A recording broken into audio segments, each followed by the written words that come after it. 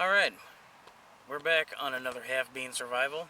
My camera woman is trying to adjust everything properly. For now, we are going to get back into the Gourd series. Last time was the introduction. Today is going to be an actual project. So, as you can see, we have 2 bottle gourds. Let's make that 3 bottle gourds. This one's going to be something else because it's smaller than this one. This one is by far much larger in diameter than this one. So, what we're going to do today, we're going to make a ladle. It's going to be kind of goofy because it's bulbous on this side, but at the same time, it's a gourd. It'll work. So, we're going to go ahead and draw out our line. Try and get it as even as possible. If we can work it out with the handle, it should be fairly straight. So, we'll start scoring it with our pencil. And if it's not perfect, because it won't be, you can always trim more to get it to the ladle shape that you like, or whatever you want it to be. So we're going to go all the way around as best as possible. I'm a horrible penman. My cameraman can agree to that. Or woman, whatever she wants to be. It's a new world. Alright. So we're just about there. We're just going to even it up on the neck of the gourd, just so that way we're in a good spot. We won't be going all the way around to the actual neck. We're probably going to be cutting it off right about here. Just so that way we have an actual handle if we need to get in there and we're scooping out something heavy. We have a good bulbous handle. If we have something light, you can hold it however you want. Most of these bottle gourds or birdhouse gourds are going to have this bulbous end. Sometimes you'll get some that are more actual handle shape on some of the bigger ones, but we're going to get into those later on in the series. So for now, we're going to go ahead and cut. Just a good box cutter, fairly sharp. Be careful when you're cutting. You do not want to cut yourself and bleed all over your gourd, unless you intend on painting it red. Then you can bleed all over it if you want. So, we're going to start cutting. Carefully, because some gourds are a lot tougher than others. This one, I believe, has a pretty thick skin because it does not want to cut easily. And normally these razors just go right through it. So, this will take some time. We may fast forward through some of this.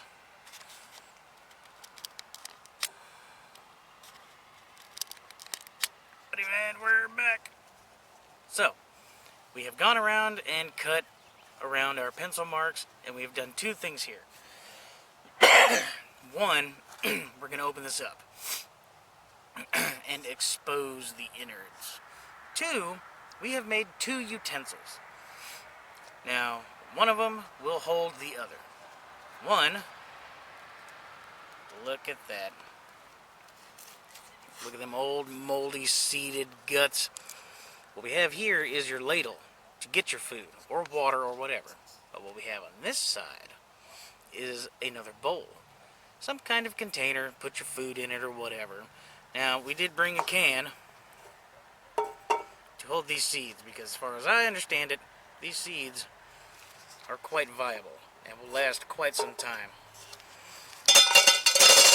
Gourds have been known to be a seed vault. So I mean, you can open up a gourd like this and bigger, different varieties. Ugh, they are dusty.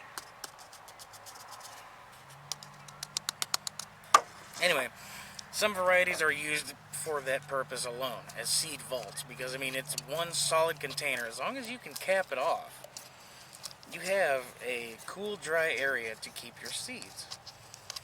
Now, the only downside with gourds is you have to be real careful with the drying time. Sometimes it can take a year, sometimes it takes less. It just depends on your region. So, after you get your seeds out of there, as many as you can with as many as you can find. All you're left with is this spongy pith left from the inside. That used to be the actual meat of this vegetable, as far as I understand it, it's a vegetable.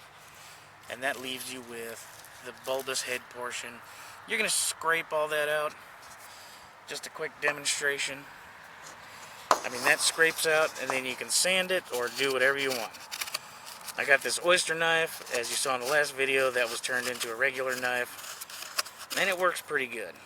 You can use a sharp stone, sandpaper, or anything to that degree, just to remove the pith, or the old flesh that was keeping everything on the inside.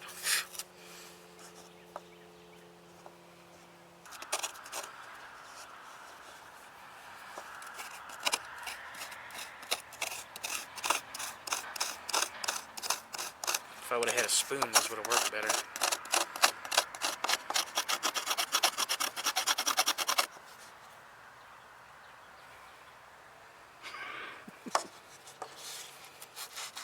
It's natural.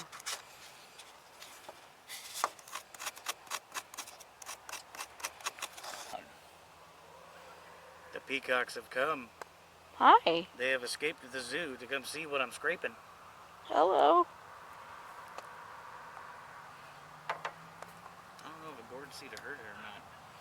That's a big old bird. Look at that dude.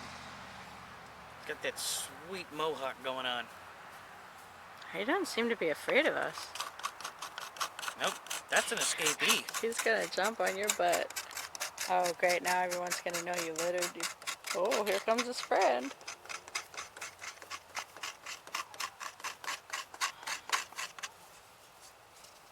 I think they think that you have a hot dog to give to them. Little do they know, I keep the nitrates to myself. They don't like it. Ooh. If he jumps on me, I'm gonna freak out.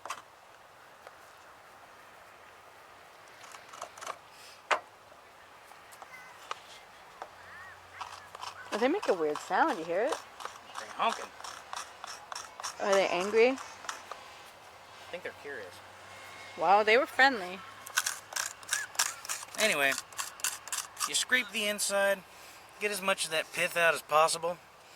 So we're going to do that for a little bit, but for time's sake, because the sun is failing, the inside of the bulb is hollow.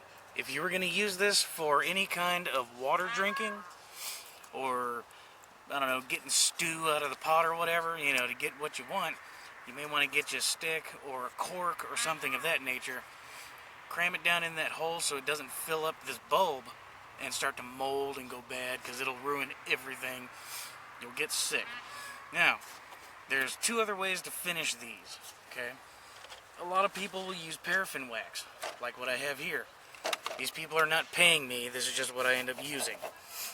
Gulf Wax household paraffin for canning, candle making, and many other uses, such as smearing on a gourd. That's right, YouTube, I'm a human being and I do things like that. So, you'd smear that all over this thing. Washing the gourds we'll do on another video, because you don't have to have all this outside mold and mildew and all that, because when these things are green, they lose that outer coating and it turns into this. I'm just leaving this on here for the sake. We'll show you how to wash them on another video, but for now, we're just going to keep scraping our ladle, so that way when this is done, it can be used. You may have seen these in many movies of folks out in the field. You know, they either have one of the big tin ladles to drink from, or they had a ladle gourd hanging off the side. That is an actual gourd that has a longer, skinny handle. There's no bulb. But for now, this is what we have grown. Bottle gourds. Now, that being said, scraping this is one way. Here's the other half of it that came off. This could be your food vessel. You can hold you hold your biscuit in there, put your soup in it, you know, whatever you want to do. This one came out quite well. The very thick wall around the whole thing. So anyway, we're going to scrape this. We'll show you the end product on another video. But for now, we're going to keep processing this until we're happy with our end result.